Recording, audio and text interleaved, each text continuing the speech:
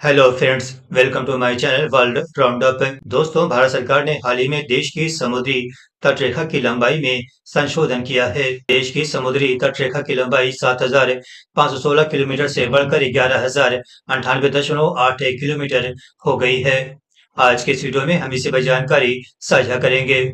दोस्तों, भारत के समुद्री तट की लंबाई 7,516 किलोमीटर से बढ़कर 11,098 किलोमीटर हो गई है। सर्वे ऑफ इंडिया के समन्वय में राष्ट्रीय हाइड्रोग्राफिक कार्यालय के द्वारा आधुनिक जीआईएस सॉफ्टवेयर और उच्च जल रेखा के हाई रेजोल्यूशन मैपिंग से तटरेखा की लंबाई को अपडेट किया गया है। पहले भारत के समुद्री तट को 1:45 लाख स्केल पर मापा गया था, जिसे छोटे छोटे हिस्से नहीं दिख पाए थे। अब 1:2,50,000 के हाई रेजोल्यूशन डेटा से नापी गई नई लंबाई में हर छोटे बड़े मोड़, खाड़ी और किनारे की सटीक स्केलिंग की गई है। नए माप के बाद भारत की तटरेखा में 3,582 किलोमीटर यानी लगभग 48% की वृद्धि हुई है। संशोधित लंबाई के अनुसार भारत की तटरेखा की राज्यवार लंबाई भी बदल गई है।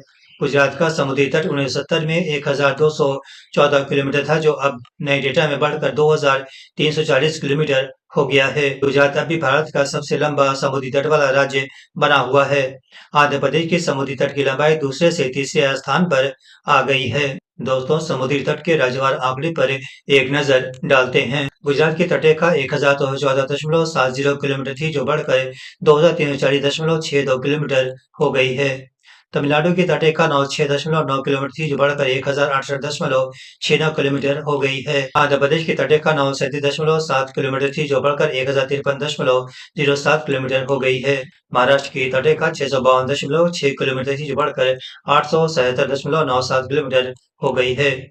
पश्चिम बंगाल की तटरेखा 157.5 किलोमीटर से बढ़कर 721.02 किलोमीटर हो गई है। केरल की तटरेखा 569.7 किलोमीटर से बढ़कर 600.15 किलोमीटर हो गई है। नई स्केलिंग में कई ऐसे ऑफशोर द्वीप भी शामिल किए गए हैं, जो पहले पुराने डेटा या मैनुअल तरीकों में रह गए थे। अब कुल 1,389 द्वीप माने जा रहे हैं, जिनमें 1,298 ऑफशोर और 91 इनशोर द्वीप हैं। साल 2016 में सर्वे जनरल ऑफ इंडिया ने 1,382 ऑफशोर द्वीप बताए थे, जो मापन में अंतर के कारण था। भारत की तटरेखा की लंबाई एवं द्वीपों की संख्या में वृद्धि आधुनिक तकनीकों व सटीक माप का परिणाम है। इस अपडेट से भारत के समुद्री डेटा की सटीकता बढ़ गई है, जिससे रणनीतिक और प्रशासनिक फायदे मिलेंगे।